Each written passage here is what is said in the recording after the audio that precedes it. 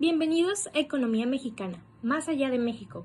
En este corto noticiero documental exploramos el modelo económico que ha influenciado a la sociedad mexicana desde sus raíces hasta el presente. Acompáñanos en esta inmersión en los matices económicos que han moldeado nuestra nación desde la Revolución hasta nuestros días.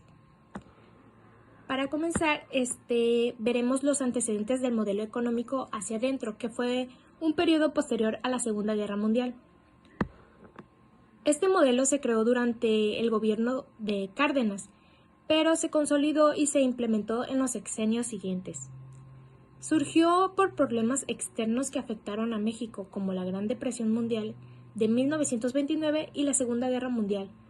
Durante estas, los países que más consumían productos mexicanos se vieron afectados económicamente, por lo que se paró la exportación y la materia prima escaseó.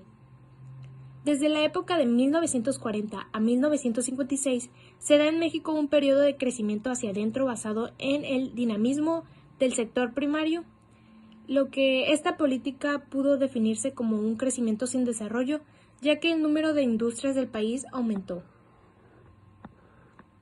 Pasando a la siguiente sección, explicaré lo que son las etapas de este mismo modelo.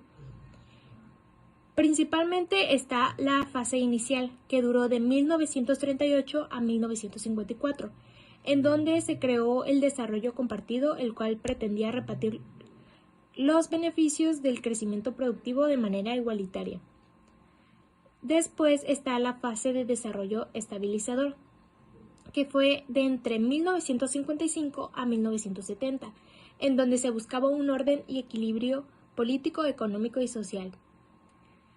Y el último, que fue el agotamiento y crisis, que duró de 1970 a 1988, que fue la continuación del proceso de industrialización en función de la explotación del mercado interno. Después se generó en una de estas etapas lo que fue el milagro mexicano. ¿Qué fue el milagro mexicano? El milagro mexicano fue un desarrollo económico alto y sostenido de 1940 a 1970. Que fue un crecimiento equiparable al de las potencias mundiales de la época. Consistió en la eliminación de topes económicos como la inflación, devaluaciones o el déficit en la balanza de pagos. Se conoce como milagro mexicano o como desarrollo estabilizador a un modelo económico empleado en México entre 1954 y 1970. También aspiró a lograr una estabilidad económica que permitiera un desarrollo sostenible y continuado. Se llevó a cabo durante las presidencias de Adolfo Ruiz Cortines, Adolfo López Mateos y Gustavo Díaz Ordaz. Este milagro mexicano se desarrolló en dos etapas. La primera fue la etapa de industrialización vía sustitución de importaciones de 1940 a 1958 y la segunda el desarrollo estabilizador de 1958 a 1970.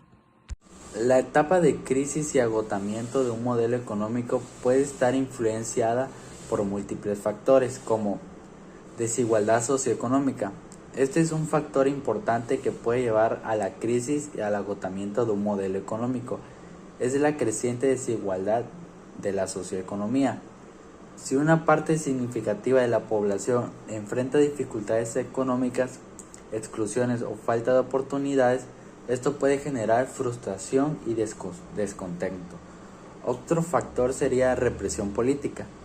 La represión política y la falta de libertades civiles pueden contribuir a la insatisfacción generalizada en la sociedad. Cuando las personas no pueden expresar libremente sus opiniones o participar en la toma de decisiones políticas, pueden surgir tensiones y conflictos. Y el último factor sería estancamiento económico. Si un modelo económico no logra generar un crecimiento sostenible o si hay un estancamiento prolongado, puede afectar negativamente la calidad de vida de las personas. El estancamiento económico puede llevar a la pérdida de empleos, salarios estancados y dificultades financieras, lo que a su vez puede generar malestar social. Ahora, en relación al movimiento estudiantil de 1968 y por qué ocurrió, estos son los siguientes aspectos. El movimiento estudiantil de 1968 fue un acontecimiento importante que tuvo lugar en varios países del mundo. Uno de los eventos más conocidos ocurrió en México, específicamente en la Ciudad de México, donde se vivió un periodo de agitación social y política. Las manifestaciones y protestas estudiantiles en 1968 fueron impulsadas por diversas razones. Número 1. Demandas de libertades civiles. Los estudiantes demandaban mayores libertades civiles, como la libertad de expresión, de prensa y de asociación. Buscaban un ambiente político y social más abierto y participativo. Número 2. Descontento político. El descontento hacia el gobierno y su manejo de los asuntos públicos fue un factor importante. Los estudiantes cuestionaban la falta de democracia, la corrupción y la represión política que existía en ese momento. Número 3. Lucha por la justicia social. Los estudiantes también se involucraban en la lucha por la justicia social y la igualdad. Buscaban mejores condiciones de vida, oportunidades educativas y equitativas, y en fin de la desigualdad socioeconómica. El movimiento estudiantil de 1968 en México tuvo su punto culminante en 2 de octubre de ese año, cuando se produjo la trágica masacre de Tlatelolco, donde cientos de manifestantes fueron asesinados por las fuerzas de seguridad. Este evento tuvo un impacto significativo en la historia de México y en la percepción del movimiento estudiantil.